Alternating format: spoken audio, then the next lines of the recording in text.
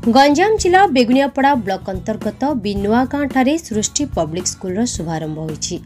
अधुना शिक्षा व्यवस्था सीबीएसई ढांचारे शिक्षा को अधिक गुरुत्व दि जाउतिबा बेले एहाको दृष्टि रखी स्वल्प खर्चरे किपरि उन्नत मानर शिक्षा छात्र छात्री पाई परिबे ताको दृष्टि रखी एही पब्लिक स्कूल शुभारंभ होइतिबा कहिसेंति कर्तृपक्ष।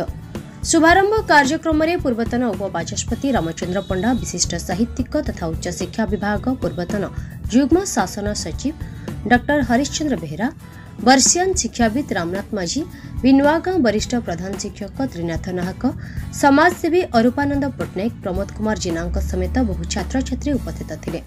दक्षिण ओडिशा साहित्य सम्मेलनी महासचिव दंडपाणी महापात्र अध्यक्षतार अनुष्ठित सभारे शिक्षार वास्तव धर्मी को नहीं आलोचना करथिले अतिथि। सृष्टि पब्लिक स्कूल परिचालना निर्देशिका सस्मिता नाहक एभली उद्यम को प्रशंसा करथिले अतिथि। बेगुनियापड़ारू कविता नायक रिपोर्ट, तर्जमा न्यूज। परिवेश एवं प्राकृतिक परिवेश जो गाँ अच्छी नुआ गाँ अति सुंदर परिवेश शिक्षा पाई एवं बहुत गाँव छात्री देखुची पुओ मान अपेक्षा 5 गुण छात्री ये पढ़ुंट। ये पब्लिक स्कूल होगा दरकार। पब्लिक स्कूल होगा द्वारा ज्ञानर विकास एवं आधुनिक शिक्षा प्रयोगात्मक शिक्षा मान उच्चतर हो पार एवं ताको भित्तिभूमि जोगाई पब्लिक स्कूल से प्रतिष्ठा करने जाऊँच। जो मैंने आपको करुँच स्वागत करुच्ची एवं आशा करी अनुष्ठान निश्चित भाव में भविष्य में एक उच्च आदर्श अनुष्ठान रूपे प्रतिष्ठा लाभ कर। आज दिन में शिक्षा हूँ मूल कथा।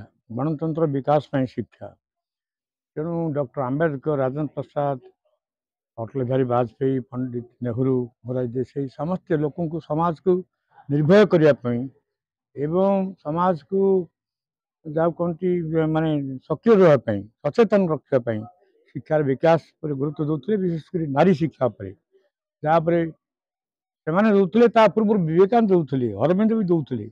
नारी शिक्षार विकास ये गाँ जे पवित्र एक उचित क्षेत्र मुझे परिवेश अनुमान करुच्ची एवं आशा करुच्ची पब्लिक स्कूल जस्टिस हो भविष्य में एक दृढ़ स्तंभ हिसाब से शिक्षार विकास ये काम कर। मो ना त्रिनाथ नाहक, प्रतिष्ठाता सृष्टि पब्लिक स्कूल बिनुआगाँ एवं नवहन नायक उच्च माध्यमिक विद्यालय डिग्री कॉलेज प्रतिष्ठाता।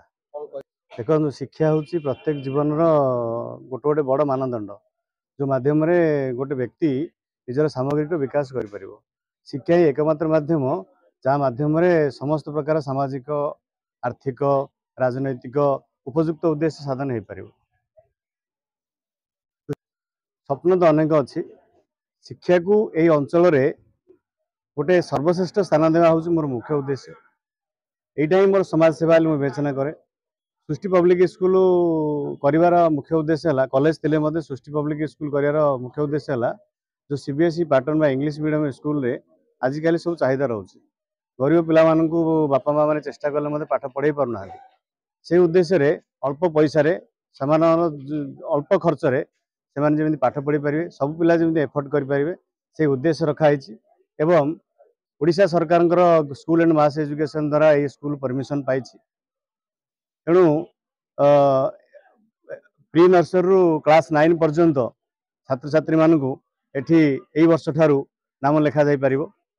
तेणु एथि ओडिशा सरकार को धन्यवाद दूची। तेणु यही परिप्रेक्षी यही ग्रांड इनागुरेशन सेरेमनी रे उपस्थित थिबा हमर रामचंद्र पंडा सार, पूर्वतन बाचस्पति ओडिशा विधानसभा तथा आम प्रताप चंद्र नायक सार को अनुरोध करा आसेम्बली कार्यक्रम रही। तेणु से अनुरोध करते आज उपस्थित रही पारि ना। तेणु कार्यक्रम को आगू नियंतु बोली से निर्देश देले। तेणु यही परिप्रेक्षी आज अति सुंदर भाव में कार्यक्रम विभिन्न अतिथि मान गहण में पिला गहण में अंचलवासी गहण में आज अनुष्ठित होती। बहुत खुशी लगुच।